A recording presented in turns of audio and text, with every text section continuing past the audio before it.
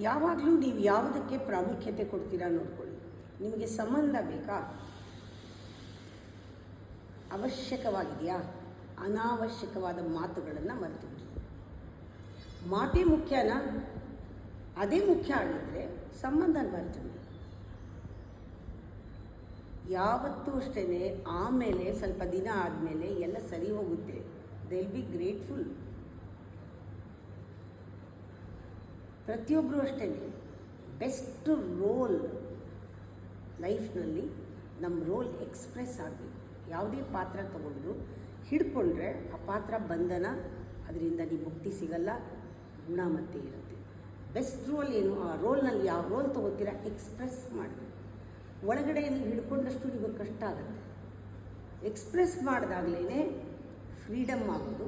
ಆ ಎಕ್ಸ್ಪ್ರೆಸ್ ಮಾಡುವ ಒಂದು ಮನೋಧರ್ಮನೇ ನಾವು ಯಾವುದಕ್ಕೆ ಪ್ರಾಮುಖ್ಯತೆ ಕೊಡ್ತೀವಿ, ಯಾವುದಕ್ಕೆ ಕೊಡಲ್ಲ ಅನ್ನೋ ಜ್ಞಾನ ಕೂಡ ನಮಗೆ ಇರುತ್ತೆ. Expression is meditation, not suppression, not ರಿಪ್ರೆಷನ್.